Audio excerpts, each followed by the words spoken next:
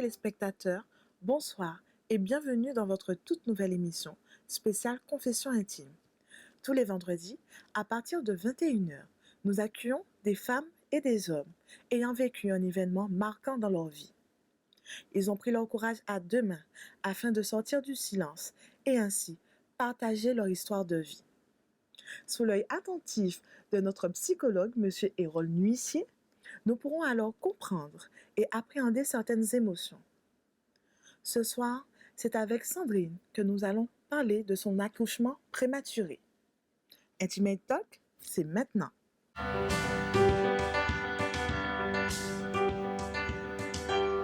Chers téléspectateurs, bonsoir. Ce soir, nous accueillons Sandrine, une jeune maman qui nous témoigne de son expérience après la mort prématurée de son bébé. Sandrine, bonsoir. Bonsoir, Mégane. Comment vas-tu? Ça va? Pas trop stressée?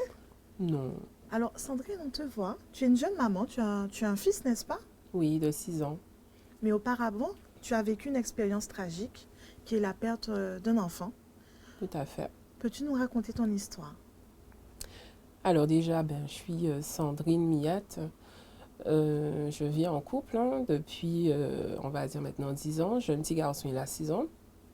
Et à l'aube de mes 23 ans, en tout cas, oui, j'ai vécu une expérience qui a été, pour ainsi dire, tragique.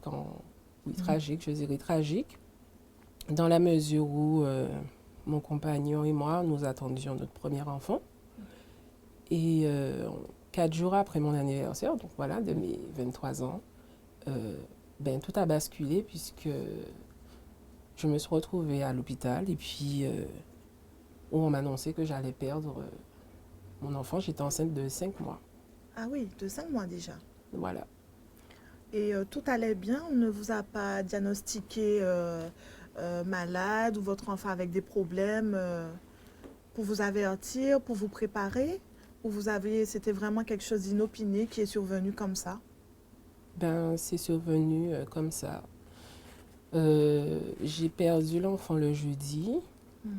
Voilà, le jeudi.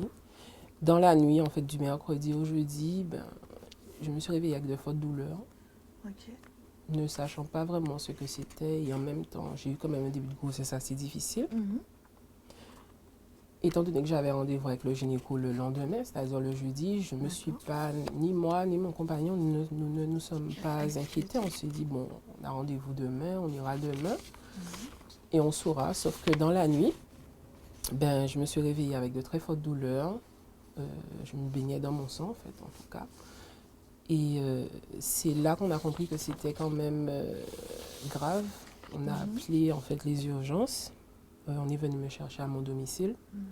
Et puis, on m'a amené au CHU où j'ai été reçue aux urgences de la maternité.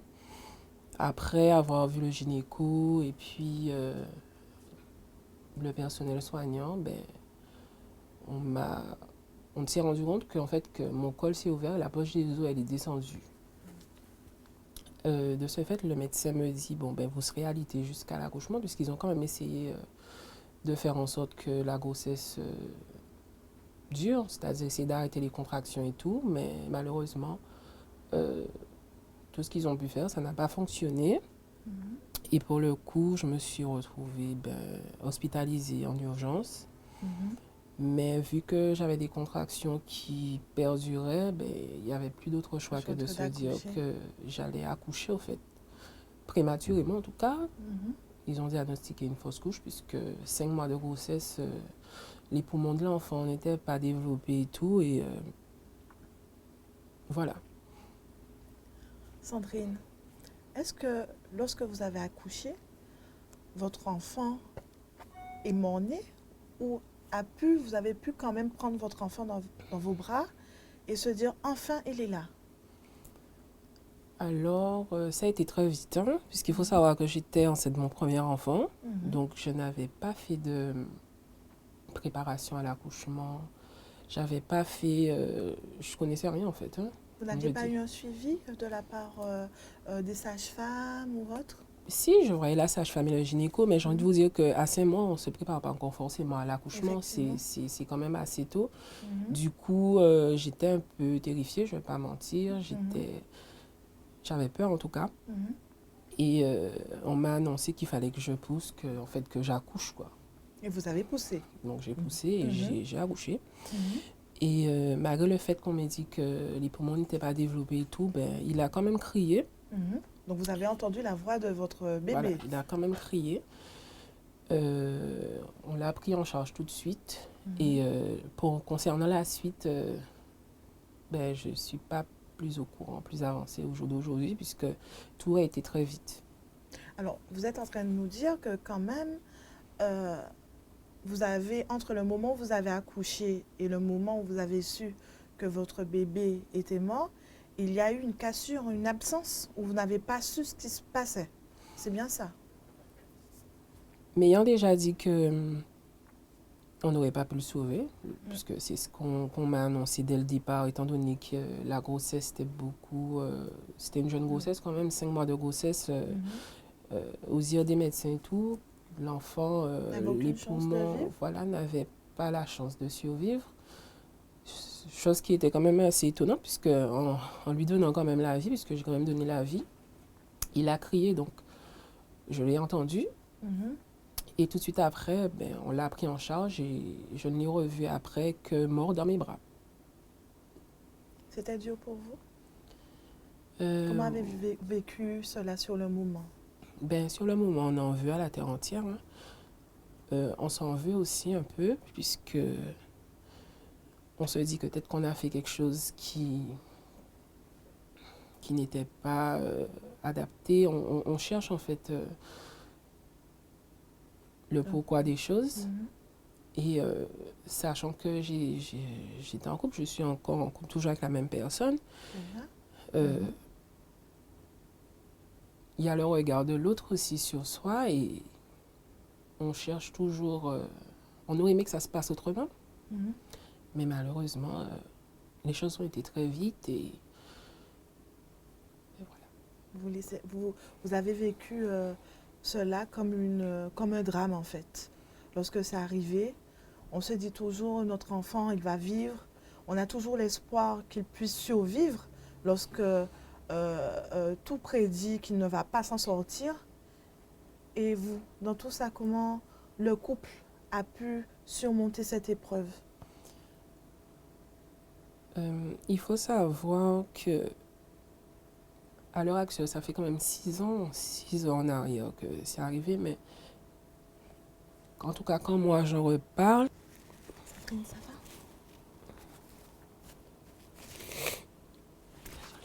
il faut savoir qu'en couple, en tout cas avec mon futur mari, puisqu'on va se marier l'année prochaine, euh, entre lui et moi, il n'y a pas eu, j'ai envie de dire, de conflit ou de un a jeté la pierre à l'autre. Ça n'a pas été du Mhm. tout dans cette dynamique-là. Bien au contraire, on était là tous les deux, l'un pour l'autre. Mhm. D'ailleurs, heureusement qu'il était là. Mhm. Sauf que nous, ça a été très particulier. On n'avait pas besoin de se parler pour se comprendre au final. Il suffisait juste d'un regard, d'une main posée sur l'épaule, Mhm. d'un câlin, juste la présence en fait. Nous, c'est comme ça qu'on a surmonté en fait l'épreuve. On n'avait pas besoin de se raconter l'histoire puisque on l'a tous les deux vécu et en fait, rien qu'avec le regard, on se comprenait.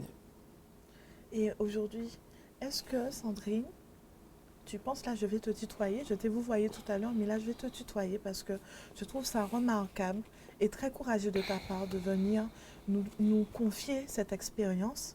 Est-ce que tu penses qu'aujourd'hui, tu as fait le deuil de cet enfant? Euh, je pense que le deuil, non, justement non. Et c'est dans cette démarche justement que je suis en me disant que si j'arrive à vraiment extérioriser les choses et en parler, Mhm. me libérer en tout cas, et pouvoir aider d'autres personnes qui ont traversé cette situation, je me dis que moi, ça me permet De guérir? comment dire, de faire la paix en fait, en tout cas avec, avec le passé, puisque quand un événement comme ça nous arrive, on est partagé entre tristesse, peur, puisque après j'ai eu un deuxième enfant, donc Tout à fait.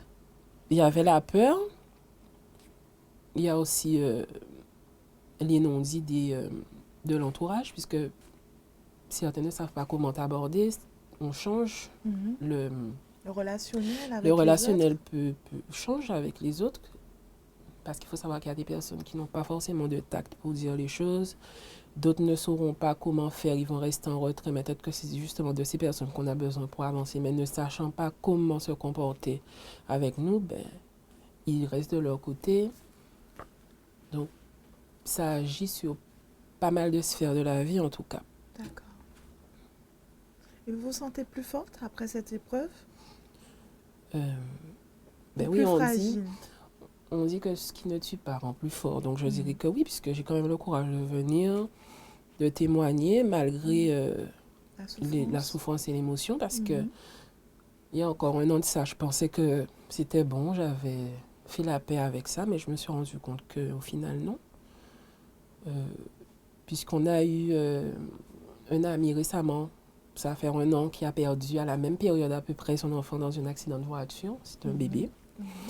Et nous, en tout cas, on a pensé qu'on allait pouvoir surmonter, l'aider, le soutenir, puisque nous sommes passés par là, pas au même stade, au même niveau, mais on est quand même passé, on a quand même vécu la perte d'un enfant. Ben, arriver à la veiller, en fait, en tout cas, et voir l'enfant exposé comme ça, ben, personne n'a compris, mais on a tous les deux explosé en sanglots, puisqu'on n'a pas réussi à gérer ça, et tout le monde l'a vu et tout le monde l'a ressenti. Et il y a même des personnes de notre entourage qui nous disaient que, ben, on pensait que vous aviez déjà quand même progressé à ce niveau, on ne pensait pas que ça vous aurait autant touché. Mais voilà, c'est comme ça. C'est comme ça au final. Et finalement, est-ce que vous n'avez pas gardé tout cela au fond de vous? Quand je dis vous, c'est vous deux, ce couple que vous formez avec votre mari. Finalement, lorsqu'on voit que les relations ont changé, que nos amis peut-être n'arrivent pas à trouver les mots pour nous réconforter ou nous dire, voilà, nous sommes là pour vous. Comment vous vous situez face à cela? Est-ce que vous vous dites, c'est bon, je m'éloigne de tout le monde ou c'est pas leur faute, je comprends, j'accepte, c'est comme ça, c'est la vie et on doit continuer à vivre? Moi, je dirais qu'il y a plusieurs phases dans ce processus-là, puisque d'abord, il y a la colère, puisque, en tout cas, moi, au début, j'étais très agressive quand ça m'est arrivé avec tout le monde. Enfin, tout le monde. En tout cas, je dirais que j'ai délimité, en fait, les personnes à qui aussi j'autorisais à venir me parler par rapport à ça. Donc, oui, il y a de l'agressivité, puisque c'est une perte, c'est quand même un traumatisme. Ça peut tendre à la dépression. Mais j'ai envie de dire que on passe par plusieurs, on dira l'ascenseur émotionnel. Voilà, c'est le mot que je cherchais. On passe par plusieurs phases. La peur, la colère, on en veut à la terre entière, on s'en veut soi-même. Tout à fait. Et ça peut être, si on est mal entouré en tout cas, ça peut Ça peut créer vraiment un choc émotionnel et même amener des actes parfois douloureux. Tout à fait, et violent. Tout à fait. Puisque moi, je me rappelle encore, j'ai perdu l'enfant il n'y a même pas 2-3 heures.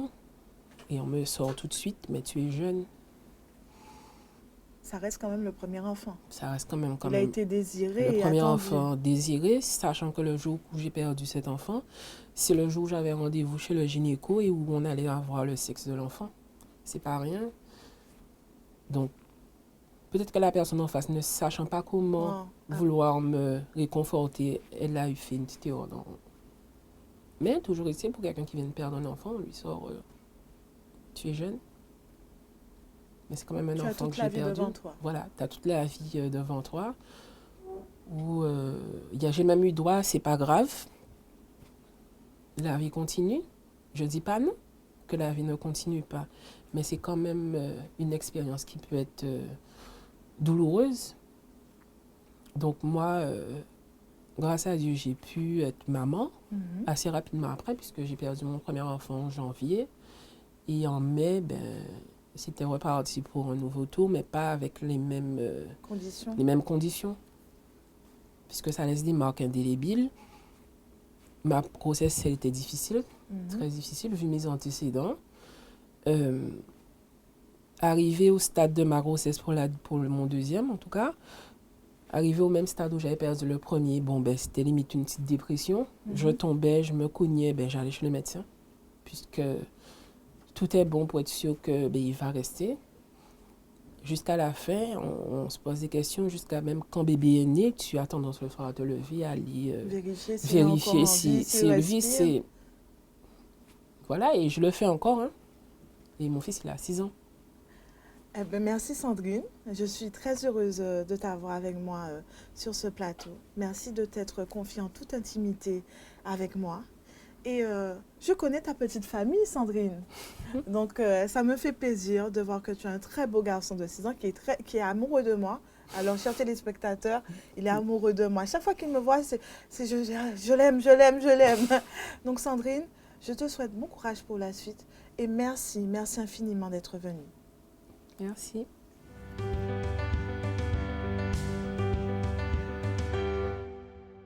Monsieur Héron Huissier, notre psychologue ici présent, c'est avec beaucoup d'émotion que nous avons regardé le témoignage de Sandrine qui a vécu un accouchement prématuré. Vous, quelle analyse vous portez sur cette histoire de vie qui est quand même très marquante et traumatisante même? Bien sûr, je crois qu'il y a une situation qui est extrêmement douloureuse. Alors, cet accouchement prématuré s'appelle une fausse couche spontanée, c'est-à-dire que c'est un moment où la maman a des contractions importantes qui font qu'elle a un certain nombre de pertes et elle accouche donc avant la date prévue. Donc son bébé, même si à un moment, elle nous dit d'ailleurs qu'elle a entendu crier, mais il n'est pas suffisamment prêt à vivre puisqu'il n'est pas encore un terme suffisant pour pouvoir vivre. Donc le fait d'accoucher prématurément, ça s'appelle une fausse couche spontanée. Et c'est vrai que dans ce qu'elle nous a expliqué, les médecins lui ont expliqué les risques pour elle et le traitement qu'elle allait mettre en place. Mais dans ces cas-là, c'est tellement douloureux pour elle qu'elle a du mal à entendre ce que l'on lui dit. On lui explique la procédure, on lui explique sa situation, on lui explique ce qu'on va faire, mais c'est son premier enfant. Il y a toute une pression familiale aussi autour de ce premier enfant. Il faut qu'il naisse, il faut l'accueillir, il faut s'en occuper. Et c'est cet enfant qui fait finalement le soi une maman. Et le sentiment qu'elle a, en tout cas dans ce qu'elle nous dit, c'est que comme elle n'a pas réussi à mener à terme cet enfant, par conséquent, elle n'est pas une bonne maman, et même elle n'est pas une bonne femme, parce qu'elle a le sentiment que son compagnon même a douté d'elle. De ses capacités à donner la vie. Exactement. Hein, je crois que c'est ça qui est important. Cette capacité finalement à donner la vie, bien sûr, parce qu'il ne faut pas oublier que l'être humain naît grâce à une maman. C'est-à-dire que si la terre entière est peuplée, c'est bien parce que les femmes mettent au monde des enfants.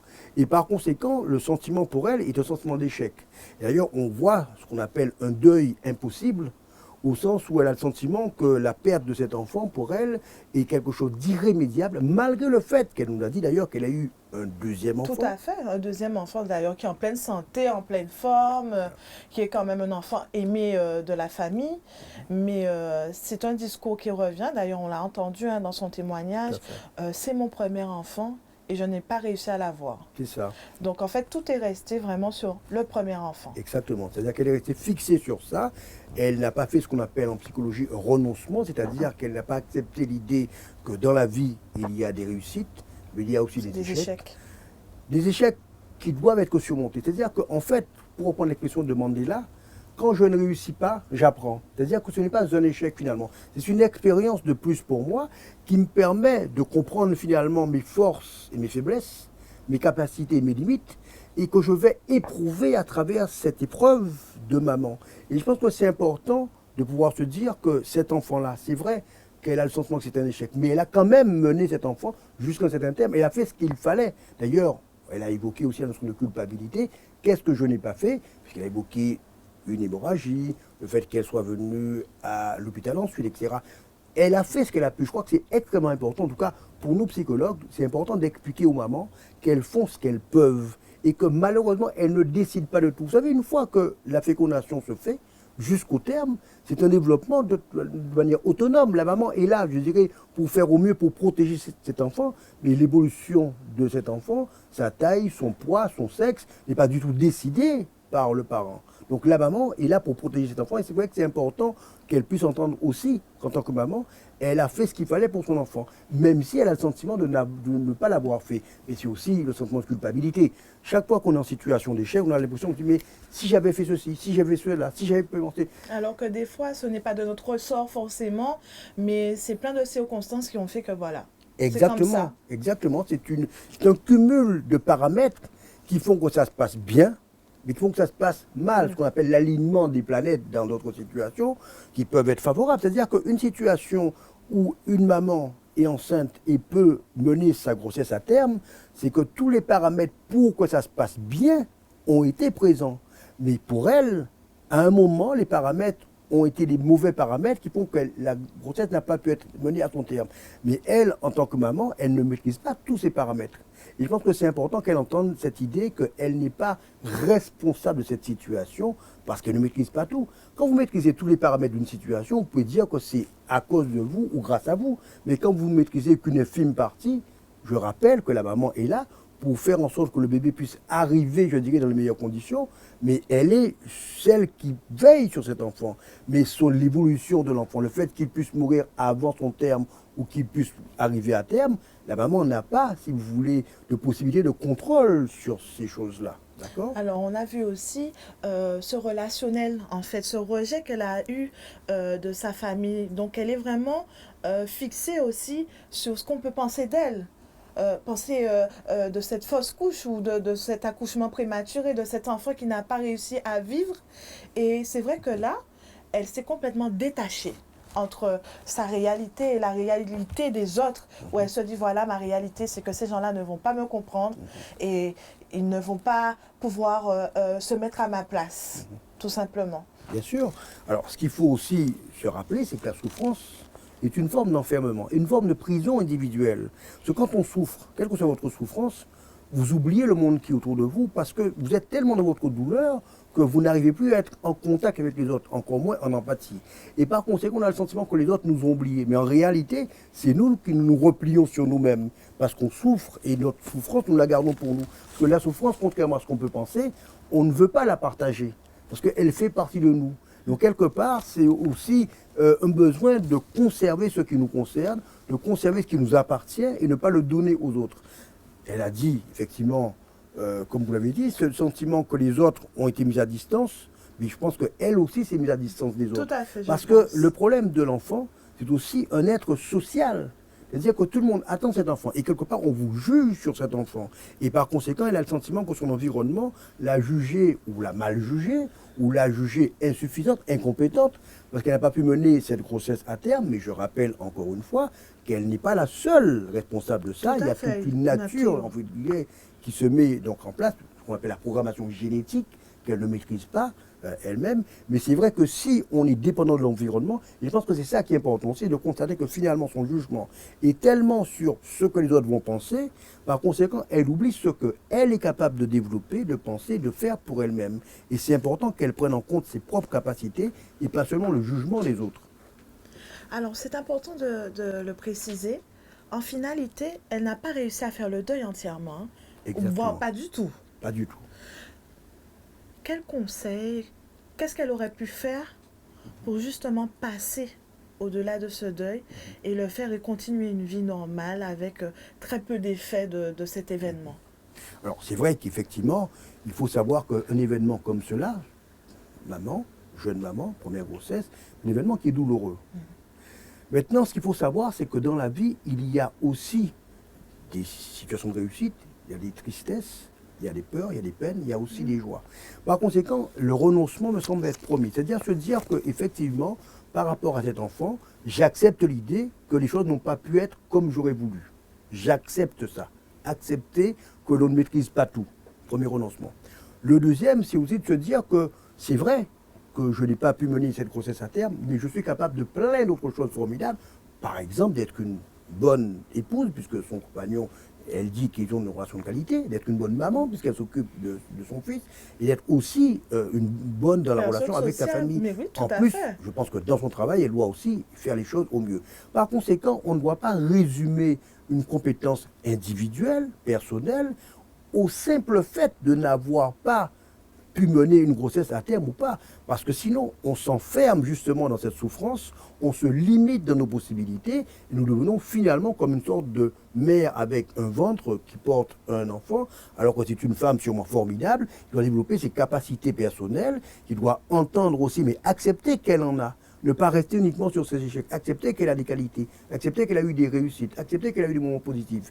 Et c'est important qu'elle puisse se développer. Donc le renoncement, accepter qu'elle a des qualités et accepter de renouer les liens avec les autres, parce que c'est dans la relation avec les autres qu'on trouve des solutions pour nous-mêmes. Parce que leurs conseils, les astuces, les points, la réflexion et surtout le retour sur soi sont importants pour progresser. En tout cas, merci infiniment, Monsieur Hérol Missier. C'est toujours un plaisir de vous recevoir sur ce plateau pour nous aider à comprendre certaines émotions. Et chers téléspectateurs, Intimate Talk, c'est fini pour aujourd'hui, mais on se retrouve la semaine prochaine.